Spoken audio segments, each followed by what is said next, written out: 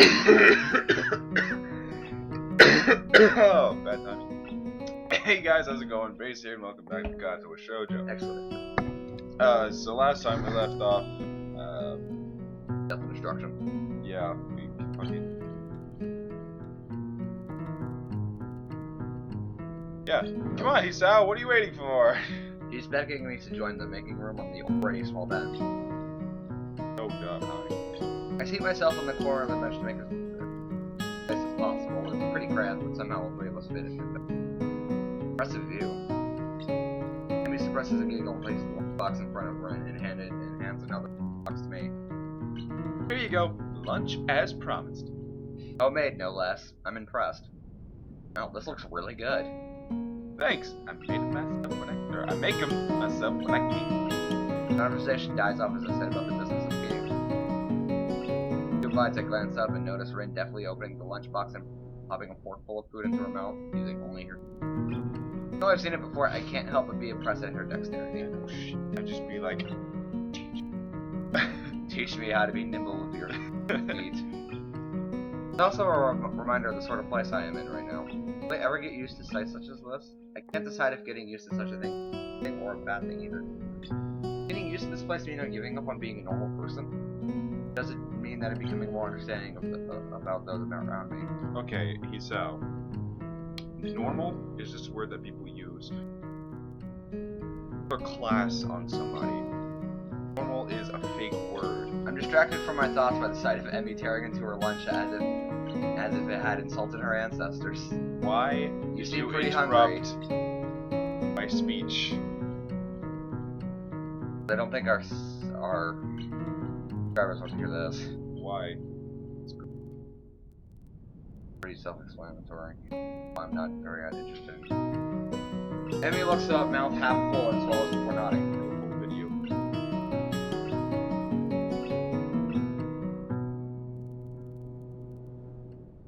My morning run always works up an appetite. Great, because then I burn through the lunch pretty quickly. Helps me keep my girlish figure. Girlish. What happened if you lose it? Would you become a man? I very nearly choke on my lunch, trying not to laugh. A figure of speech. Keep my girlish Fucking figure. Rin. Well, what happens if you lose it? Would you become a man? Fuck. Figure have to run in the mornings too? You always talk like this? Like what? Talk like what? I think that answers my question. Never mind. So, I struggle to think of small talk and settle on the obvious question. How'd you two meet? I tend to let Emi answer this question. Someone in the housing department thought we'd complement each other well, since we're both amputees. So we were assigned root next to one another. Complement each other? Like shoes in a suit. Funny, because one of them has no legs, arms, so you can actually like fashionable. Emi giggles at my confusion. Put us together, and we've got all our limbs. Get it? Yeah, I get it. I was right. So I started helping Rin get ready. That. I mean, you can't help someone get dressed every morning and not get Moment to interject. I have trouble with shirts. obviously. Right, that seems fairly obvious. Really? Kind of? This isn't helping, but at least Emi seems to find the whole thing funny. That, combined with the fact that Rin is genuinely curious, makes me feel slightly better and yet confused. I mean, you've got no arms, so putting on a shirt seems like one of those things that would be difficult. Yeah. You know what? I'm just gonna stop talking now. They'll save me a lot of trouble in the long run. Rin nods in what I suspect is meaning to be a sage manner. Conversation dies as I turn my attention back to my lunch. Really quite good. Emi finishes her lunch first and makes a contented noise. Oh, that was good. Well then, as she busies herself with cleaning up her lunch, Rin speaks up. I'm thirsty. Oh, I almost forgot about that. Sorry. The floor, she reaches into her bag and removes a trio of juice boxes. Juice boxers. She tosses me one that appears to be cranberry juice, one the Rin that appears to be some kind of strawberry milk, complete with the pink color scheme, and keeps an equally box of some kind of fruit punch for herself. Rin dexterously stabs her straw through the top of her box and begins to drink. I'm once again impressed by how flexible she is, but this time I keep my comment to myself. Somehow, I don't think either Emi or Rin are the sort of people who think twice about the way they work around their particular disabilities. Rin especially so. She gives off the impression of being entirely unaware that she's going to see any limbs at all. Whether or not that's a conscious decision is another matter. I'm honestly not sure. Well, didn't she grow up? I think so. Did she have like some weird... Yeah. Oh, hey Sal, how do you like it up here? Quite nice, actually. I like high places for the view. Thanks for inviting me up here. For the lunch, too. Emi grins a 1,000-watt grin. That's not sick. 1,000-watt straight. Please my response, I suppose. No problem. Feel free to eat with us next time too, okay? No, because honey. No, or Lily.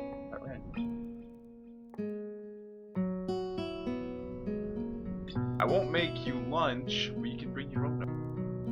No lunch service? I don't know. Emi looks mock offended. Trying to take advantage of my good nature. The nerve. I'll transfer my prosthetics into thanks. Pickles. Well, if that's your answer, I guess I will be able to. Insulted by the most heart-rending puppy dog eyes I've ever seen as Emi pouts. Kidding! I was kidding! I'd love to eat lunch up here again. Good location and the company's okay too. Is it? Emi frowns a bit at my declaration of okay, but seems happy enough that I'm accepting her invitation. I guess now or disappointed. And conversation partner with Rin? Translator of Rin, I think. Lunch bell rings, signaling a return downstairs. I wasn't that hungry. Eat more, you're going to fade away. Or if you don't eat more. Rin shrugs if this is an acceptable risk. Come on, we'd better get going. Crazy. The afternoon class passes. Once again, I find myself without a plan for something to do after school. So I head to the library to return a couple of books I had finished reading. I thought. Yeah, that went to hell. Walking inside, I see that there's about as many students here as there were on Tuesday, all the more evident from the almost 12 plants enveloping the room. As I drop the books I've borrowed to return slots in the counter, yuuko suddenly pops up behind it, quite startled from the banging they make as they hit the trolley next to her. Ah, sorry, Yuuko, I didn't mean to startle you. No, that's fine. It happens. I'm used to it by now. Can I help you? It's okay, I think I know where everything else is. Thanks anyway. Arrhythmia.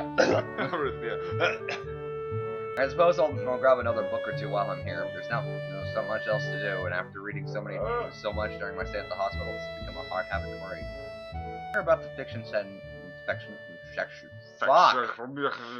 towards the back of the library, scanning the bookshelves for anything that catches my eye. As I do, I look over to the corner where Hanako had been the last time I was here, not really expecting anything to come of it. Surprisingly, though, she's there, absorbed completely in a fairly thick book. I decide against intruding on her like last time and get back to finding reading material. After an indiscernible amount of time spent pursuing the aisles, I finally sat on a couple of books to get slightly off the shelf. With a minimum of fuss, I quickly walk over to the counter, check out my books, and pop them into my bag and walk out. By the time I leave the main building, sunset isn't too far away. A small trickle of students remain, but the majority have left, presumably to their homes and dorms. I guess I need to buy some supplies. I can't live off cafeteria food and eating out my entire figure.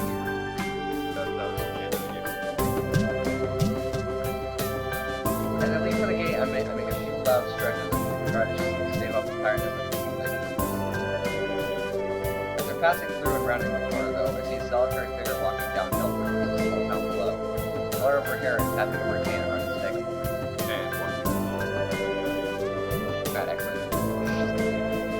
I quickly walk up to her, which seems to catch her attention without a word needing to be said. Hi, Lilly. Takes a moment to place her voice slightly adjusting her head to face up a bit more towards the source of my voice as she does. Now? Yep, that's me. She seems to have a good memory for voice, and the fact that she actually remembers wasn't a surprise. Again, she gives a slight bow, and once again I reply in time realizing that I need to do so. One, she's blind. Oh, hell. She's going into town. You? Oh my, what a coincidence. Doing the same thing, eh? I usually go shopping on Fridays. She's Canadian, eh? Yeah. She pauses for a moment, so looking a bit lost. That said, Hanako usually comes into town with me. Not lost, but worried. Most tabs on one another. I'm surprised that Hanako just forget Lilly like that. Just her reading in the library, she probably just got caught up in a book. Let out a small sigh of relief. Thank you, she has a habit of doing this. Avid reader. She doesn't like being around crowds of people, so reading away from her is a relaxing mood. Although she probably didn't intend it, I can't help her. I recall my first meeting with her. Hardly wanting to bring it up, I remain silent as we finally continue to walk down the flight of road. Back. The road run up cars and there's the Mako creeping far behind us. Fire rustling of leaves, measured tapping of Lily's chain against the sidewalk are all that can be heard. It's kind of nice, especially compared to the hustle and bustle of where I used to live. Before I know it, I've relaxed so much that a loud yawn escapes before I can control it. Tired, she says as you yawn. Yeah, no. Tired? Yeah, I've been running ragged these past few days. That's an understatement to be sure. Transferring to a different school would be bad enough for something like those. Well, hopefully everything should settle down, dude. The festival's got everyone in its spin right now. Right in the middle of things. For a moment I hesitate, but given her apparent tolerance and frankness, I decide to give it my full thought.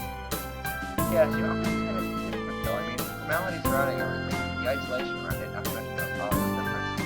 Kind of a whole different mindset, I suppose. I'll get used to it in time though. As a matter of fact, not. Apparently, at least in my end. It feels almost as if she's including this walk separating a lot from the class. Not that I mind, it's nice to get my clouds off my chest or anything. Looking at the bright side, what does she have to choose? Cherish the ability to make new friends. That's optimistic nonetheless. Let's have a positive attitude about such things. She's not like me.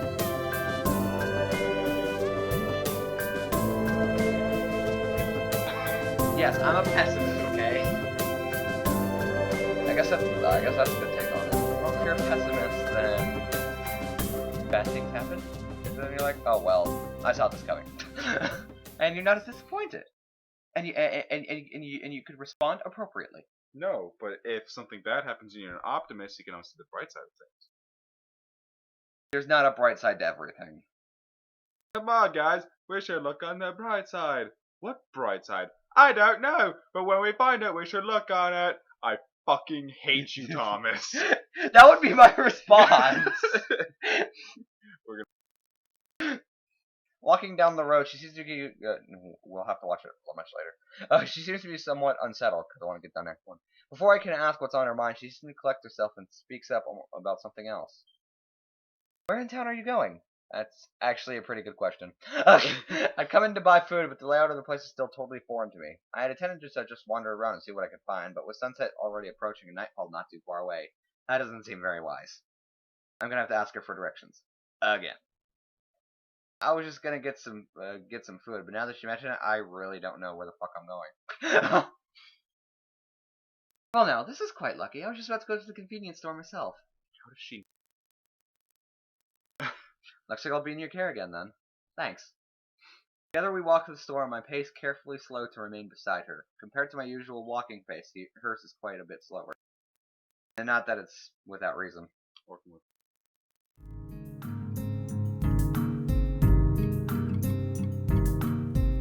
Oh. After what? How do I read after school? After what couldn't be more than several minutes, I catch sight of our objective. This town is really pretty small. Without further ado, we make our way inside with a greeting from the counter. Mind if I tag along with you? Usually Hanako would help me, but seeing as she's not here...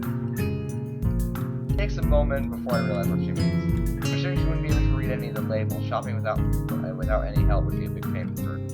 That said, I can't shake the feeling that she's had this idea since I said I was coming. And we're gonna end it there. Thank you guys so much for watching. We'll continue shopping with Lily after. Thank you guys for watching. Feel free to leave a like and subscribe, and also feel free to follow us on Twitter and like us on Facebook. It'll help us out a lot to get noticed. Please tune back into the shopping channel.